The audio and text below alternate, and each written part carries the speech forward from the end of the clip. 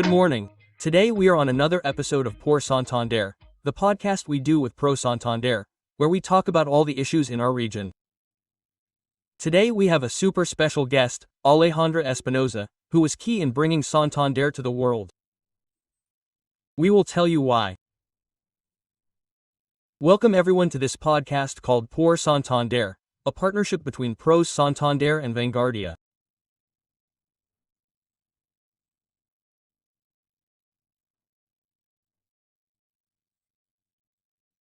My name is Juan Pablo Remolina, Executive Director of ProSantander, and as Melissa was saying, today we have a great honor, and that is to have Alejandra Espinosa Uribe with us, who participated in and generated countless inputs for a film that also represents the identity of Colombia, where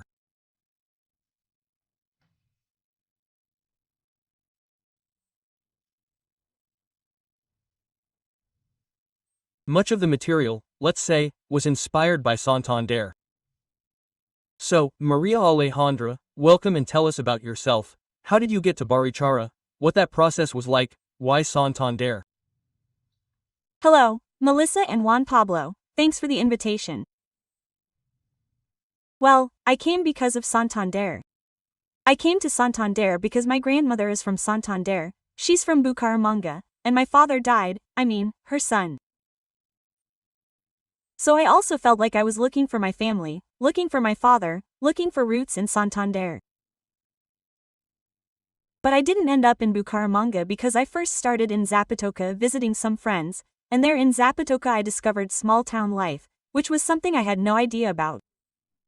I'm a city person, I grew up in a very city-dwelling family, and in Zapatoca I realized that you could live in a small town and you could have a great life. So I started looking and I went to towns in Santander, and then one day I decided that I needed a change of life. I was in Bogotá, I was very bored, very confined, very cold, and there I said, no, well, I'm going to change my life. And I came to Barichara without any plan, without knowing anyone. I got off the bus and said, well, let's see what happens. Well, Barichara and Zapatoca are two divine places, both very different in essence. What does Barichara have that Zapatoca doesn't? And what does Zapatoca have that Barichara doesn't? Well, Barichara has, I think, much more deeply rooted traditions than Zapatoca, because Zapatoca also has a very strong connection with Bucaramanga. It's very close. Yes, the highway also brought them very close. On the other hand, Barichara is still a bit isolated. So, in that isolation, Barichara preserves traditions that I feel have been lost in Zapatoca.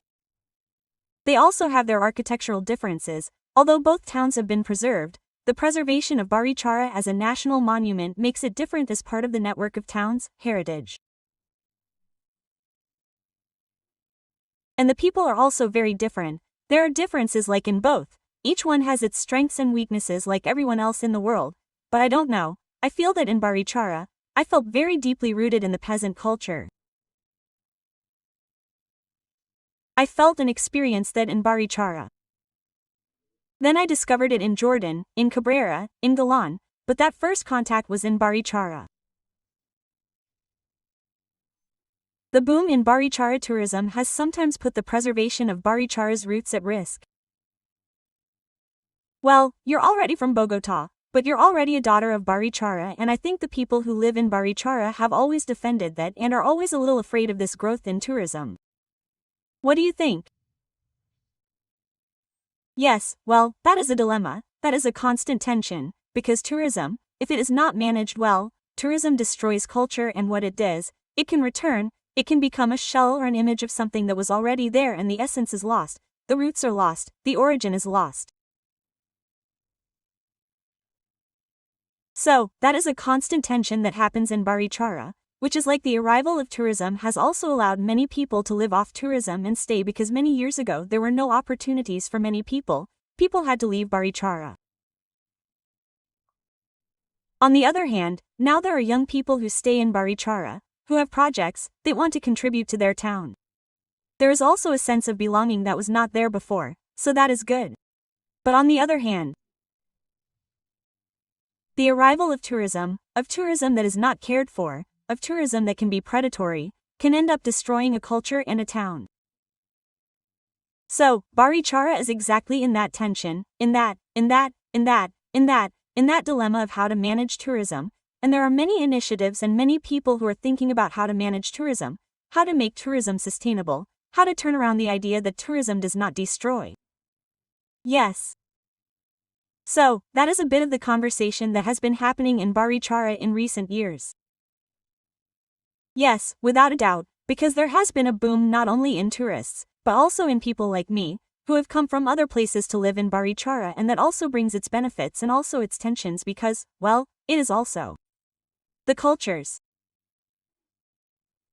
Yes, it is like a mix of different paradigms, and there are also many people from the city like me who come looking for a paradigm of the countryside, that is, who suddenly feel like a call to return to something that has been lost in the city. Yeah. While people in Barichara, well, that's more the culture they know, and that's where they sometimes feel the call to. Yes, to transform, to grow, to undertake. Yes. So there are also two tensions, two visions that many people from outside want to preserve, while many people from Barichara want to innovate, transform. Yes. So, it's also a constant dialogue. There's also an open reflection on identity, on culture, on what Barichara is. That's the everyday conversation.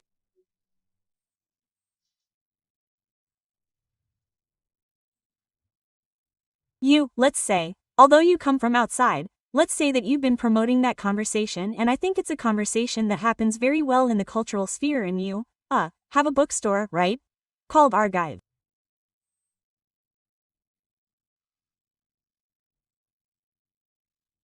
Tell us a little bit more about that bookstore, about what you currently do in Barichara. I think you're also a tour guide. So, why don't you tell us a little bit about your day-to-day life in Barichara? Yes, well, I feel, as someone from Bogota who comes to live in Barichara, I feel that in my case, and I think it should be the case, it should be applied to people who arrive, is that I arrive with a sense of respect and the need to contribute, from what I can, to the place where I am arriving, without imposing, which is also something that can happen a lot, right? That outsiders impose something. So, I feel that if you are living in a community, you have to contribute to that community from what you can. And from what I was able to do, well, when I first arrived, the first thing was to get to know people. I like to learn, I like to investigate, I like to discover, to hear stories. So that's where a whole process began, like research and also from oral sources, getting to know farmers, doing workshops, being in the countryside. There I discovered a bit of the history of Barichara. I worked there as a tour guide, and then there was a time when I wanted to put down roots because I had basically decided that I wanted to live in Barichara. So I saw that rooting as, well, let's have a business. And the opportunity arose and I said, well, what business can I have? I'm not a businessman. So I said, well, a bookstore because I'm really a writer, I'm free, because I studied literature, I'm a writer, so my connection has always been with books and reading.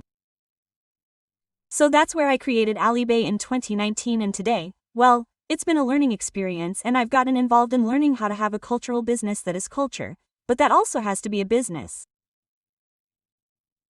So, and I've worked a lot leading the entire area of literature in Barichara, which is an area that wasn't covered, where there were really very few initiatives. So that's kind of Algiv's role, to decentralize access to reading and to have bookstores in towns, which is not common at all. There are 3 towns that have bookstores. I think this bookstore is a reference in the south of Santander, right? It's not just for the town of Barichara, but for the entire region. Yes, it's the bookstore of the province, I like to say, of the Valentina province. And, indeed, our customers come from Kerala. From even people from Socorro come to visit and buy books. There's also a regional connection with the bookstore, and my day-to-day work goes into supporting the bookstore, which is not, it's a business that requires a lot of attention, a lot of care. It also requires a lot of work to promote reading, because we haven't grown up, most Colombians haven't grown up with access to books, with books as part of their daily lives. So, that's kind of the idea behind Algive, like doing workshops, events, and cultural programming. We've even done literature festivals, bringing in writers to link literature and make it part of Barichara's daily life. Barichara has a special thing, and that is that the topic of culture is felt, breathed, and the conversations that are generated. Let's say that there are many conversations around the subject, and something that happens a lot in the towns is that there's a lot more silence, and that silence allows you to have a different kind of openness to receive these types of initiatives. But I want to ask you, well, in all this part of the story, at what point did Disney arrive and meet Alejandra and become a part of this? Yes, that's what we came for.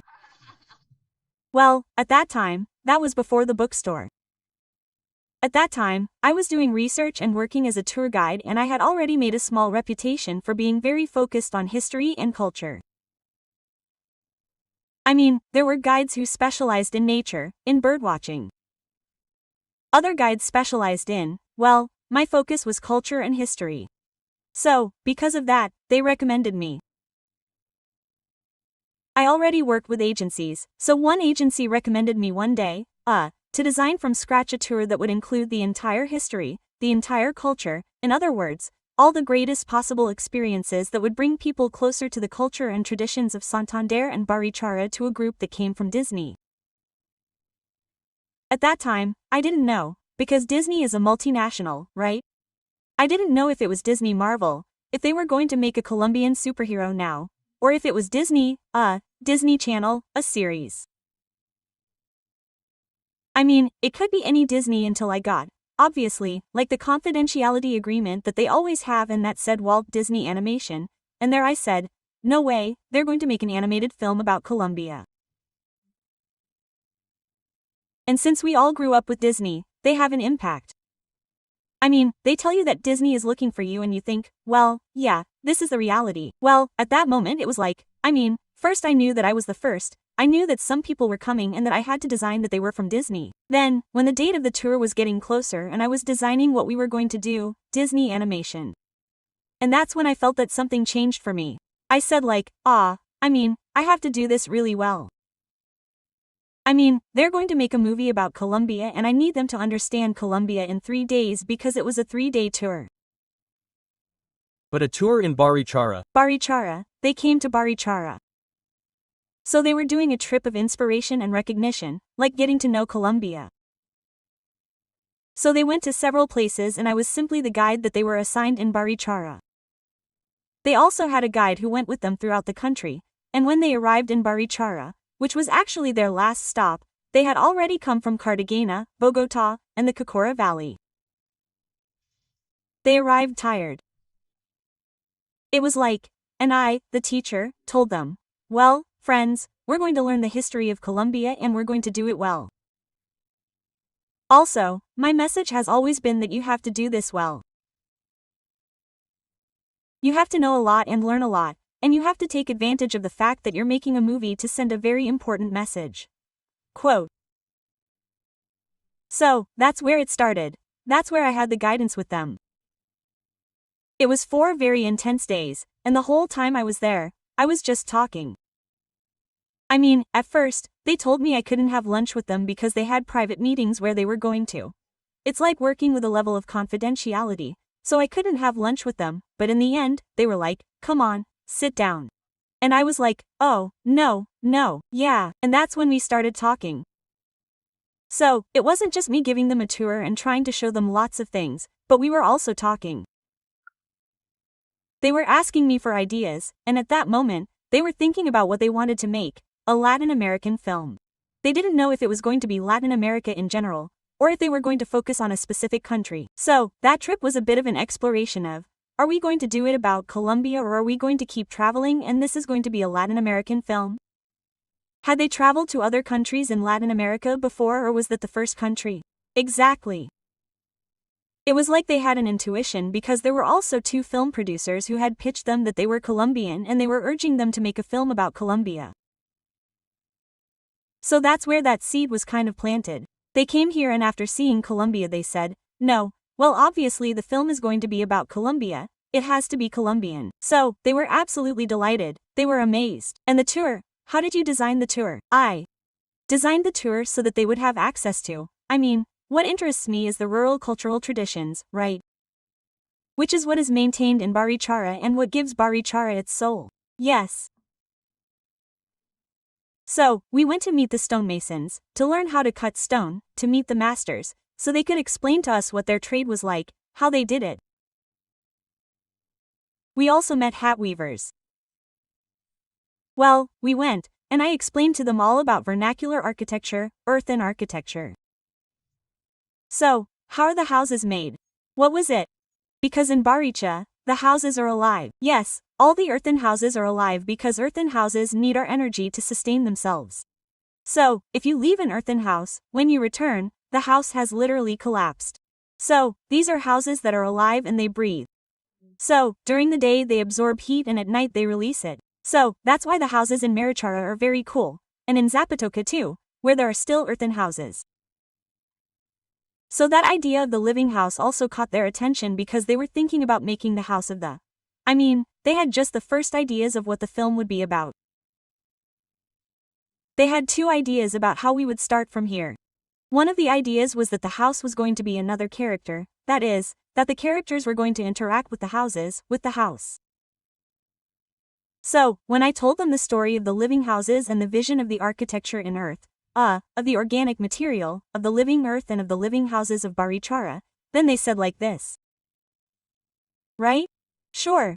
In fact, the Casa del Encanto is a living house where many things happen. The film is set under that plot. Exactly. It comes from there that they got the idea like, okay, let's do this, and they're going to make a house, and in fact it's a house in Tapia, and there's an iconic moment in the film for all architects of architecture where at the end, when they rebuild the house, you see that it's a house made of tapia. It lasts like seconds, but whoever understood it, understood it. That's also a house made of tapia. Obviously, there's a part where it's made of barek because it was also like a mix. Well, we can talk more about what comes next later, but then, well, I showed them about the houses of tabernacle architecture, about the traditions, about the peasant culture, about village life. I liked it a lot. Look, this is village life. Here, let's look at that they always have the window, that the door has two eaves, so one opens and you can look inside the houses. Yeah. So we walked like this very slowly and I told them, look, take a look at how people live peacefully in the village. Yes, so we toured Barichara. Obviously I told them the whole story too. And the idea of Barichara. There is a very recurrent idea of Barichara as an energy center, because Barichara has 4 churches, and 4 churches in a town of 10 blocks is a bit exaggerated. There is usually a church in the center of the town around which a town is built. Yes. In Spanish colonial architecture. Barichara has 4 churches and much of what has been researched and collected as oral histories is that Barichara is an energy center and was surely a sacred Guan center and that because the Spanish had the custom of building their temples on top of indigenous temples. So it's like there are 4 Catholic churches in a 10-block town. It's like there's a relationship between those sacred places. To Mark. The domination of I. That tactic was used to generate conversion. If they already go to those places, they already make pilgrimages to those places, then let's put a church there and have them make pilgrimages to that church and we're like syncretizing and converting them to Catholicism. But then, let's say you mention some very specific episodes of the film that were inspired by Santander. So, we're talking about the house, the living house, very powerful. There's also the entrance to the house, which I understand is one of the doors, let's say, also inspires the house in its charm. And here I'm going to mention some so that you can elaborate a little bit more on that and maybe tell us about other episodes. There is, without a doubt, the protagonist's dress, right?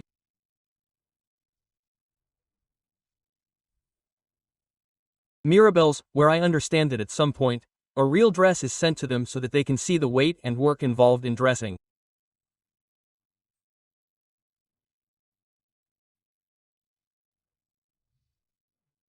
These women in vase, right? There is also, that I think at some point you were able to talk to them and you said, no, what they suggested was the grandfather, but you said, no, it's better if it's a grandmother because the role of women and grandmothers plays, well, let's say, essential in families. But well, and not only those episodes, but the protagonist herself who was there, let's say, when you see Mirabelle and you see yourself, well, obviously there is a great similarity there, right? I don't know if I'm picking up some of those elements that you can see in the film or what other elements there are and how you could elaborate on that. Yes. But they didn't get ahead of themselves there. So to finish that story, I gave them the tour. Right? And then we fell in love too. I mean, there was so much chemistry that a month later they called me and asked if I could be a consultant for the film. So, obviously I said yes and I jumped for joy for like an hour like yes. And that's where the process of accompanying them began for 4 years, because this film takes 4 years to make. These films take a long time to complete the entire creative process. So during those 4 years I accompanied them in. So, what did I do as a consultant and what do I think the role of consulting is? It's that you guide them.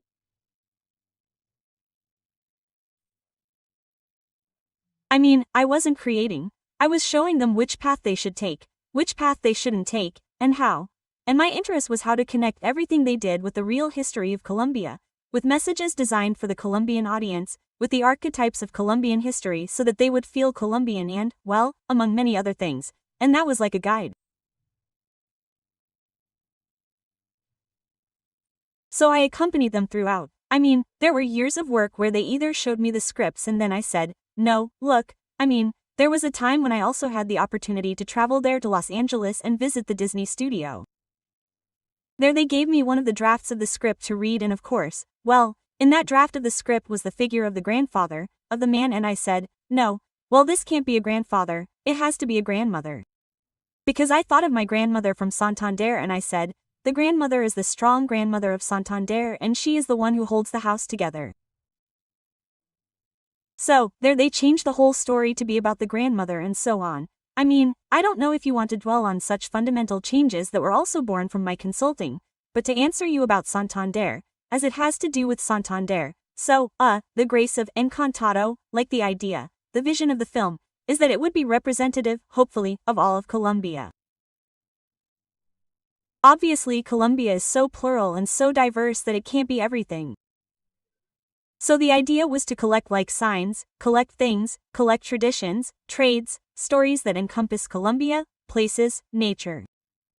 So a little bit in the imaginary world of Encanto. I mean, Encanto is a town. So, in the imaginary world of Encanto, Encanto is a town. The town itself is based exactly on Barichara. I mean, they took that tour of Barichara, took the photos, got inspired, it seemed divine to them. And then what they do is they pass it on to the visual design and production design departments and there they start to build an idea, a resemblance of a town where, what did they do? The house where the Madrigs live, the little house, well, it's located spatially where the Church of Santa Barbara is in Barichara. So, the house is like crowning the town and otherwise, if you see all the shots they take of the town of enchantment, it's the structure of Barichara. Yes, the stones, of course, as I told you so much, the stones are alive and, everything is alive. Then they're also all if you see all the details of how the houses are and how the floors are, the streets of enchantment or the streets of Barichara, they are the cobblestones of Barichara. Yes. And so, well, those are then the idea is that it's like a kind of Barichara where it's located is surrounded by the Cocora Valley. So that's why that's why what has happened is that many parts of Colombia come out saying of course, enchantment is from here. Yes, as many attribute the film because it is indeed based on many places. So, what surrounds the town of Encanto is the Cocora Valley, because they were very impressed with that ecosystem, but inside, the town and the structure of the town are based on Barichara. There are specific scenes of course, like the gate of the Casa de Encanto is based on gates in Barichara. There is literally a scene where Mira jumps from a wall and that wall exists in Barichara. It is a house that is folded there. I mean, they did take that as it was and recreated it. The idea of the living house that is made in Tapia is why all my work on Tapia, and they also had architectural consultants, but also this whole idea of what Tapia represented culturally and symbolically as the living house.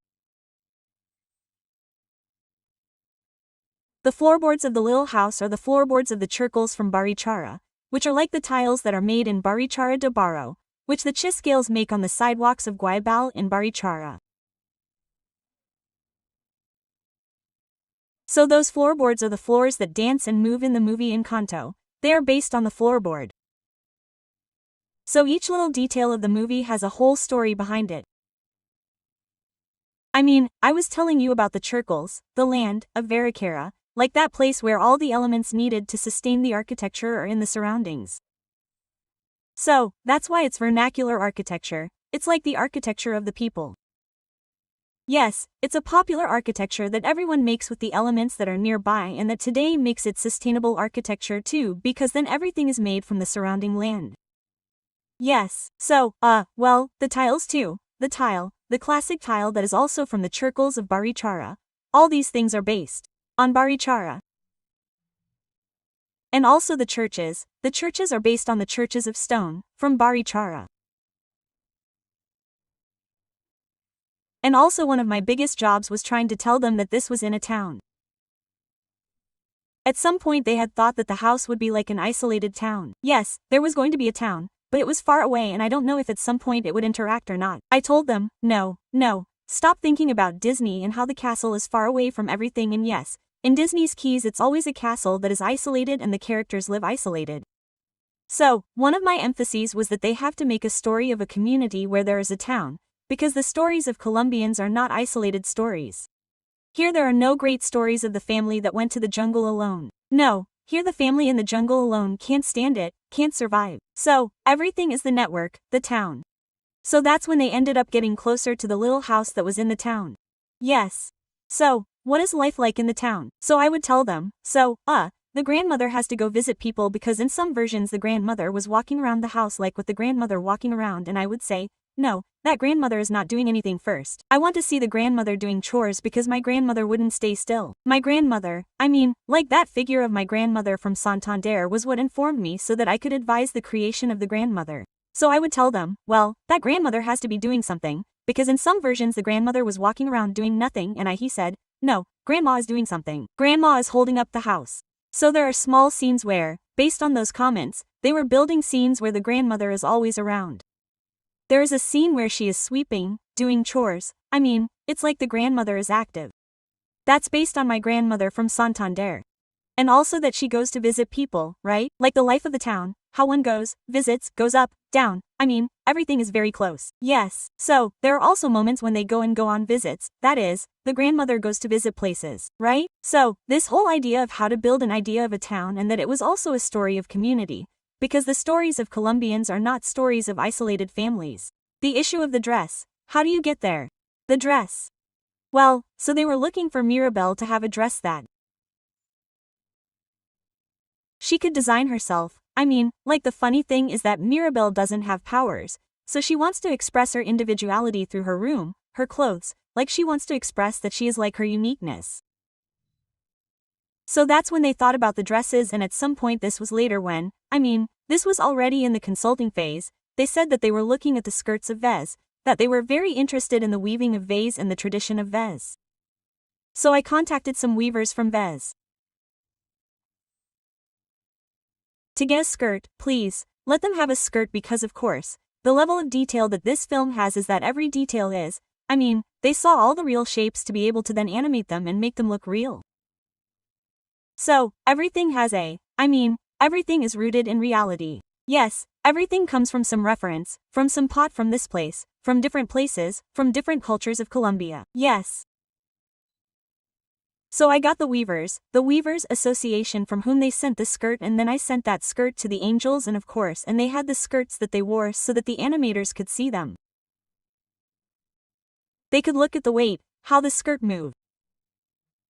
I mean, this is work. It's a delicate job of looking at what each thing means, what each thing leads to.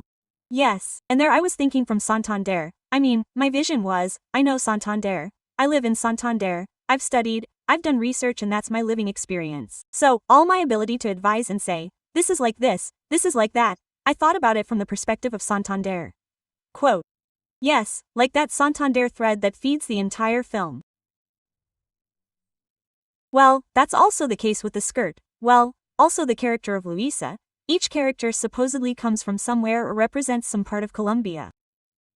So, the character of Luisa is the character that represents Santander. Luisa is the sister, yes, so, she's the strong sister who holds the house together. She's the strong woman, who is the strong woman from Santander, but who also has a cost in supporting the whole family, right? It's the process of Luisa telling that story of how she reaches a point where she can't bear so much weight. So, for me, that's based on that icon of my grandmother from Santander and of, in general, the women from Santander that I've lived and shared with, who are very strong women, who hold the house together, right? And who move forward, like they don't let themselves be tied down, they don't give up. It's a shame, but that strength also has a problem. I mean, being in a constant demonstration of worth and strength all the time, well, Luisa's story also has a big weight.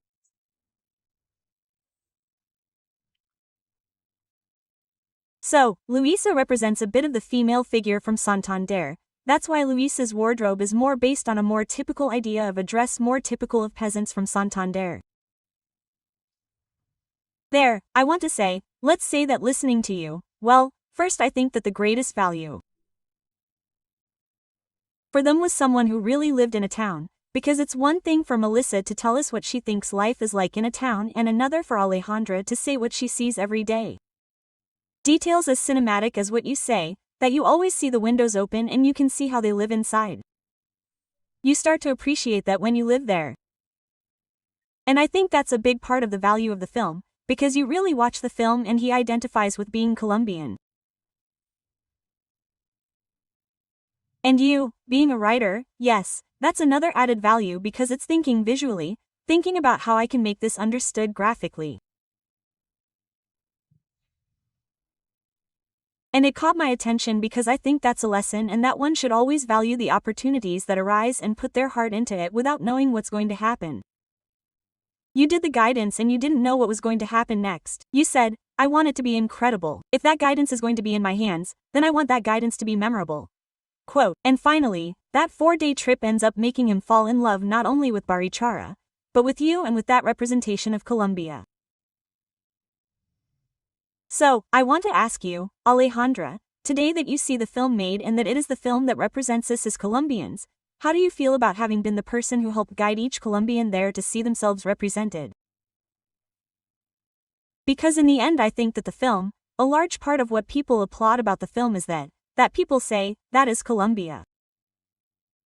And knowing that you were part of that, well, what did it mean to you as a writer, as a person who lives in Barichara, who Barichara welcomed and who helped guide and narrate that common thread? Yes, I think what you say is very true. I mean, it's because I'm a writer and a literary person that I had the ability to bring together all the references and look for all the messages. I mean, because I knew how to tell a story, as well as that symbolic language, the metaphorical language. So, that ability was what allowed me to take all the historical research and also transform it and advise on the creation of a film where I also focused a lot on the messages. I mean, one of the very important things is the messages that the film gives of catharsis, of the recognition of family secrets, of the recognition of trauma. There's no slow talk. Yes, it's very much that the whole family has a glow. Exactly. I mean, like those archetypes, Colombians. Well, for me it was very important that the symbolic universe was there. I was also a lot of advisors on that idea, thinking that it was for Colombians. So, of course, the writer was like key. I mean, literature is what allowed me to advise from so many places because I wasn't the only advisor. Of course, I wasn't the only advisor. There was a Colombian cultural trust that was like 10 of us and each one was a part. So, there was the architectural advisor, the botanical advisor, the advisor on Afro representation, but I was the advisor who was kind of involved in everything, in the script, in the story, in the construction. It was not only cultural and historical advice, but also advice on the creation of the story and the message and the narration. Nowadays, people really recognize the cultural value of the film, which I think was the greatest thing you contributed. Yes, I felt very happy, honestly. It was all like a Disney movie, like a dream. It was very strange to live 4 years. It was a secret job, it was super confidential, no one could know that I was doing that. So it was also a job. Sometimes I thought, could it be that I am imagining this?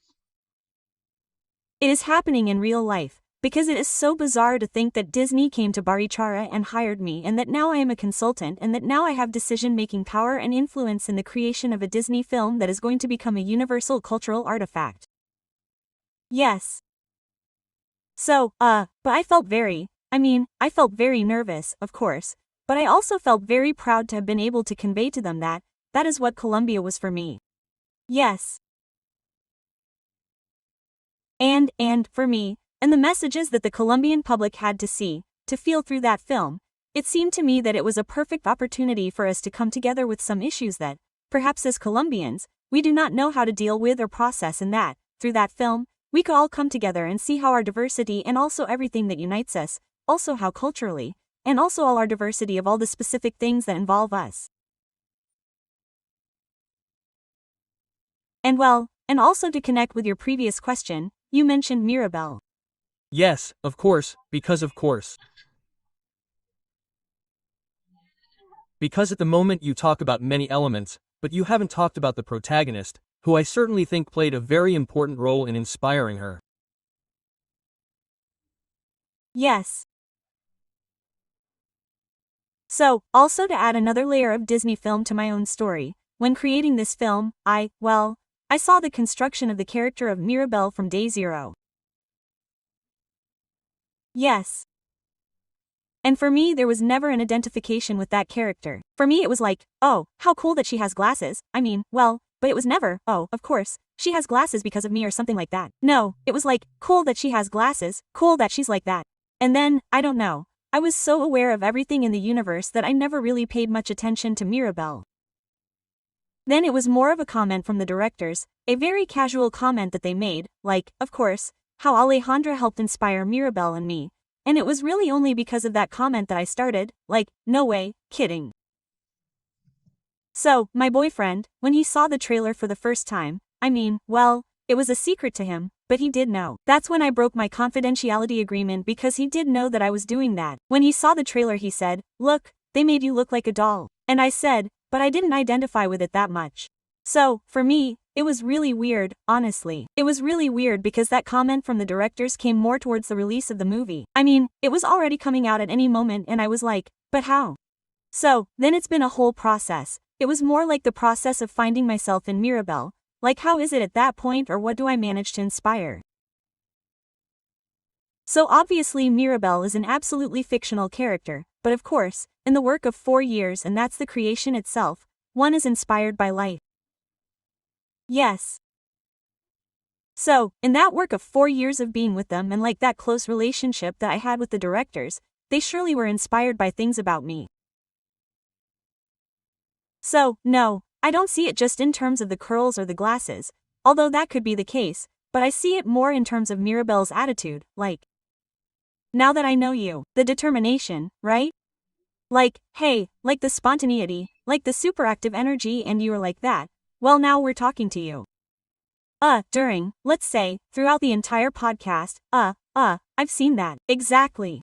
It's more like a spirit, like an attitude thing and also I think that the idea of Mirabel trying to save her family, to solve the problem, that determination. I really identify with that. The power of honey. Yes, it's the same determination as mine, the same determination as mine with them, that you have to do this right. I acted as an advisor and a teacher like, be quiet, this is wrong, do it again. Yes, like all this has to be done again because I don't see it as real. I was very critical of being able to say, let's do this and we're going to do it right, like that determination. So, of course, there are many inspirations in the character of Mirabel. They were also inspired by Steph Haney Beatriz, who is the one who does the voice in the original English version. So, Mirabelle, it's like creation itself, everything has, everything becomes, everything is like material for creation. And I think that in that closeness and in that work with the directors, there ended up being things about me that inspired them to think about what that character would be like. Look at him. There's something that's hard not to ask you, especially when you mention the confidentiality agreement, which is that, spending 4 years advising Disney Animation on such an important project, where you get so emotionally and intellectually involved, and well, did you tell your boyfriend?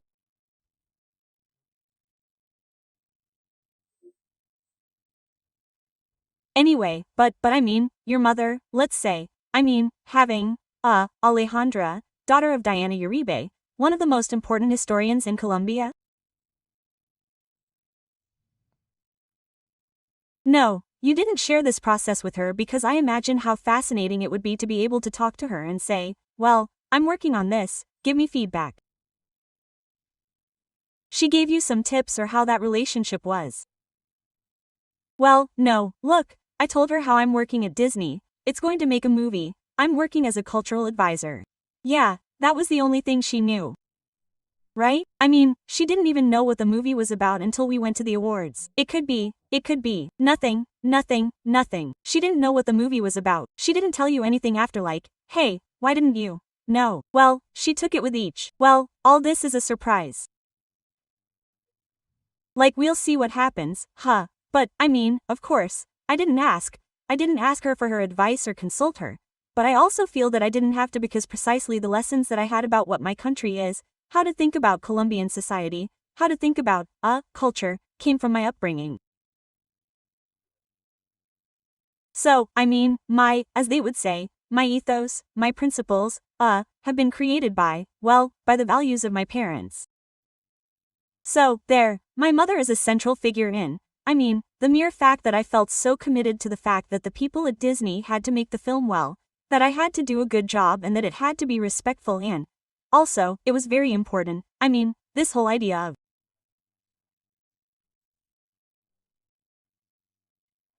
thinking about the importance of culture, of research, of understanding history, was precisely because of my mother.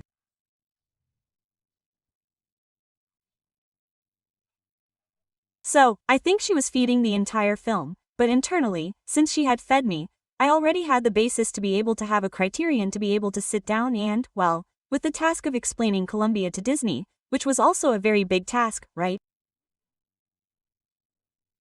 And also, who am I to claim that it is or is not Colombia? Well, I can only speak from what I know, from my knowledge, from my principles, from my upbringing, from my life experience in a small town. So, from there I spoke and feeling that there was a power to transform society, to send a message, or in other words, to take advantage of that to send a very important message. And there, I want to focus on what you just mentioned, and that is, for the people who are listening to us, what are the big messages that people can see in this film? Well, the big messages. First, the idea of the collective past that is born from trauma.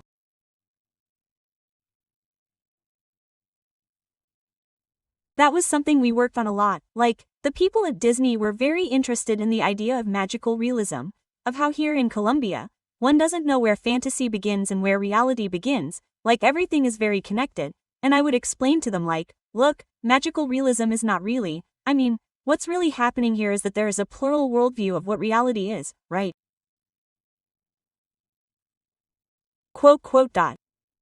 That has indigenous roots, that has Afro roots, and that's where this different vision of reality is born. So, they were focused on that, but there also undoubtedly had to be a component of talking about the trauma of war. So, that's why the film begins. Well, it doesn't begin, but then the story is revealed to us, that the story is that they fled, that they are displaced. Yeah. So, that's very important. The Madrigal family is a family of displaced people, yes. So, we had to construct what the message is about what migration has been like, what displacement has been like in Colombia, because that's an archetype of the Colombian. Colombians have always had to leave where they come from, right? Because of violence or in search of opportunities, but there's always a movement, a displacement. So, that was like a key thing, which was, where do we all come from? All of us as Colombians, we all have a family member who has collapsed. Exactly. So, then, choosing those threads and visible people in the history of Colombia and put them in the film. So, of course, they go on a journey. At first, they wanted that when they get to the river, there would be, the idea that there is a miracle that happens in the river. That miracle is precisely what I see rooted in the idea that water is sacred in indigenous, Colombian cosmovisions. In all of them, water is sacred. Even in peasant traditions, water is also sacred. You don't get involved. That's why in the water there is the weeping woman, in the water there are the eggs, in the water. In other words, water is respected. Yes. So, in that water is where the miracle happens, precisely linking the threads that it is the sacred water that allows us, it is life, right? So that's where the miracle happens, that they can create a magical isolated town that is the enchanting town. And also in one version of the film, only the family would go and only the family would grant them the miracle, and I would say, no, the displacement is collective. So that's why, if you watch the film, when they tell the story of how they flee from the town, the whole town flees, they flee with a lot of drinks. Like what normally happens in Colombia. Exactly. So, that idea of community, of the collective, of trauma, right? Where does the trauma begin? That trauma is silenced. So, Mirabel no longer knows what her grandparents' story was, where her grandparents come from, what happened to them, why her grandmother is so tough, why she has had to carry so much weight. So, she no longer knows. There, silencing is key in the history of Colombia. We all silence ourselves, we have silenced our stories, where we come from, what our traumas are, who our dead are, we silence them. Yes, and since they are silenced, they haunt us. Yes, and that's why it seems like we're living the same story. We always live it because we haven't named our story. If we named our story, it couldn't haunt us anymore. Yes. So that was very important as the silencing.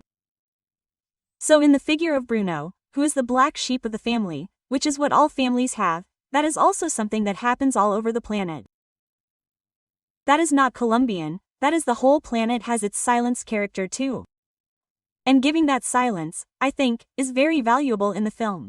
That is why Bruno is a character who, although he is a character, is not even a character who should not have had so much relevance. I think that the audience gives Bruno so much relevance because it is a bit like looking in the mirror. Sure. And also Bruno, what we worked on with Bruno's iconography was to link it to all the iconography of indigenous traditions. So, Bruno is also metaphorical of the silencing of indigenous cultures in Colombian identity. So, that is why Bruno has, like a ruana, which is an indigenous textile. He lives in his cave there. If you look, he has some clay artifacts that are pre-Columbian. In other words, the iconography that feeds Bruno and Bruno's universe is pre-Columbian and also contemporary indigenous iconography. So, that's also a message, it's why we've silenced the indigenous roots. Why has our indigenous cultural identity become a secret? Yes. So there's another message, right? Well, the thing about the community, about living in community, about how it ends up being the people who are going to help rebuild the house, right? That nothing is isolated. The stories of Colombia are not about individuals, the stories of Colombia are about families and communities. So there was another message there too. And the most important thing was to be able to reveal that trauma with the collective to give the audience a moment of catharsis. So, in the song Dos Uruguitas, while the grandmother is telling Mirabel what her story really is, that's the story where the theater cries, and that in the 8,000 times that I've seen it and that I've seen it in the cinema, I cried. People cried, they cried because they weren't crying for the movie, they were crying for that lost story, that story that even if they didn't know, in our skin and our bodies is stored the story of the collective trauma of where we all come from. So there, people cried, it was a catharsis. So that idea that art is also catharsis and that this film can give Colombians a space to mourn those traumas that we haven't had the space to do because we're too busy trying to hide them and hating ourselves to be able to do it. Yes. So that was also key. That was the biggest message for me, how we're going to have a moment for catharsis where we're going to uncover the collective memory of trauma. And so that was like one of the great works that I did with them. For the film, I think first, well, congratulations because it really is invaluable. I mean, I love the film, I love it and I think I watched it very carefully. I've seen it several times, but listening to you, I feel like I want to watch it again. I mean, really, and I want to ask you, well, first I would love for this podcast to be twice as long because I hope we have to have her as a guest again because I think there is a lot, above all, a lot of knowledge about Colombia. What you were saying seems very valuable to me that I responded to Juan Pablo and that is that respect for our history and I am going to tell something about Colombia. I am going to do it well and I grew up with this and I am going to do it and I think that it is also a tribute to that tradition of your family. In the film field, do you have any projects now in which you are working as a cultural advisor because I think that is very valuable. Let's say what you did with the film. Yes. No, I am not working on one at some point like that you proposed. Yes, I receive proposals. There was some advice, but it was more like for a video game. I mean, like I have received more questions from abroad when they want to do something about Colombia, but not about Colombia itself. I receive proposals from productions here in Colombia because I do feel that I am a good guide. I mean, I am good at pointing out a path. But not basically, like I have not. That was the first time I had the chance to get closer to the world of the film industry. I also do more consulting on writing, on fiction. I mean, I'm into that, but I haven't had any opportunities. I'm here for those who are interested in Colombian productions. It's fascinating to hear your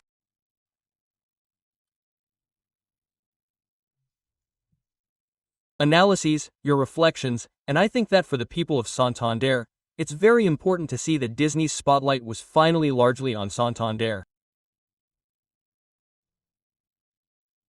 Let's say that the film, with everything you've mentioned, is inspired by the Department of Santander. And don't you think that we've been able to take better advantage of that, or what has your experience been like? No, let's say, there's the launch, well, all that outreach, but what has happened in Santander? Has it generated the conversations that you were hoping it would? How can we take better advantage of the fact that the most important entertainment company in the world makes a film inspired by Santander? I feel that Santander is a place, one of the places with the greatest cultural wealth in the world. Colombia, especially the richness of its rural culture. And there is also an enormous geological and cultural wealth in the Chicamcha Grand Canyon. I mean, that in itself is impressive that this exists in the world. Yes, but there hasn't been. I mean, what I feel is perhaps lacking is the exercise of telling those stories and, above all, protecting those stories. Yes. I mean, because what fueled the history of Disney are the bricklayers, the stonemasons. I mean, they are the people who have these trades. They are the knowledge that has been transmitted and it is the knowledge that I was able to understand and that I was able to communicate and translate to Disney. Yes, but then if that knowledge is not protected and not only protected, but also stimulated. Yes. If the people, I mean, I feel that the rural culture that is the great wealth of Santander perhaps does not have the prominence that it deserves in Santander. I think that perhaps from the city it is very easy to think about innovation and development projects and things like that and lose focus. What makes people from Santander, and that's in the countryside. So, we have to protect the countryside, so that the countryside isn't urbanized. We have to protect the peasants, which is how peasants can make a living from being peasants. Yes, it's not easy and, above all, it's getting harder every day. So, all those things, for example, the history of tobacco in Santander, the whole story of how tobacco was a cultural identity for Santander, after the tobacco industry ended and then all the tobacco factories closed and it was lost. So, why aren't there museums in the tobacco factories? Why isn't that story told? I mean, I think that an exercise in memory is needed, and that's when one explains how all of that is connected in Encanto. Maybe in Encanto it could be the gateway, but what I'm really interested in is an exercise in memory to protect, for example, the Chicamcha Canyon, that it should be a national natural park, and to protect the cultural identity of each town in the canyon, so that's the exercise. That Santander lacks, and thank goodness it is, but why should Santander have it? There is something very important that you just said, and that is that Santander has not been able to build its tourism proposal from its indigenous roots. So, and there are other countries that have done it and have done it very well, such as Mexico. Yes. Or even other departments, I don't know, Pasto, for example. Yes, we have not appropriated our indigenous roots. Yes, we, for example, I don't know about the silver thread on a full moon night, which is the meaning of the word chica, in many Guan languages, and people are not yet starting to accept it, or Barichara land of rest only now. For example, knowing that the Barragonas were once the way of getting around among the indigenous people and others. We need all that, but only when one truly appropriates it and truly discovers it as a region, is when one begins to tell the stories that they are. So, I think you have touched on a very important point. And it is the great challenge that we have to build our proposal and our tourist offer from the most valuable thing that we have, which is the cultural. But well, Alejandra, unfortunately we have reached the end of the podcast, but I really want to thank you. I feel happy to have been on this podcast. Today I bought Santander because I truly believe that it is a source of pride for the people of Santeria to have a person like you in Barichara, and I hope that everyone who goes to Jibe not only buys the book but also sits down to talk to you, because it truly is wonderful. Thank you very much for being with us today on the podcast for Santander. That's right. Alejandra, again, thank you very much. It is an honor. I believe that you could be in any other region or in any part of the world, but you chose Santander, you chose us. I know that it is in your blood, but also, let's say, you can be anywhere in the world, and how nice it is to know that people like you are in Santander.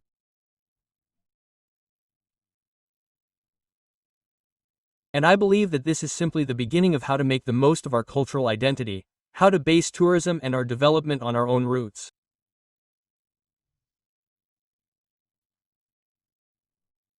And I believe that we need people like you to help us see that great strength and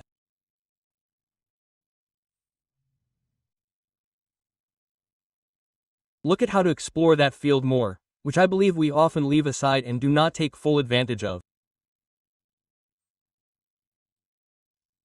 Today, let's say, today the world is hungry, precisely for those stories, for that culture, to learn about. Those peoples, those territories with those experiences. So again, thank you very much. Right? Thank you for the invitation, for the conversation, and yes, certainly before taking advantage or thinking about what the new offer is or what we have to do as tourism, we first need to exercise memory, because that's when tourism does not destroy, right? But tourism should be a way of preserving the Santander way of life and not having tourism destroy the Santander way of life. So, without a doubt, this is a department full of enormous cultural wealth. I feel that the land calls to its children, and that's why I'm here, and that we need to do this exercise of memory, and that's what the big universities are for, like WIS and UNAP, think tanks that can do all the research and gather information about the memories of the river, the rivers, and the Guans.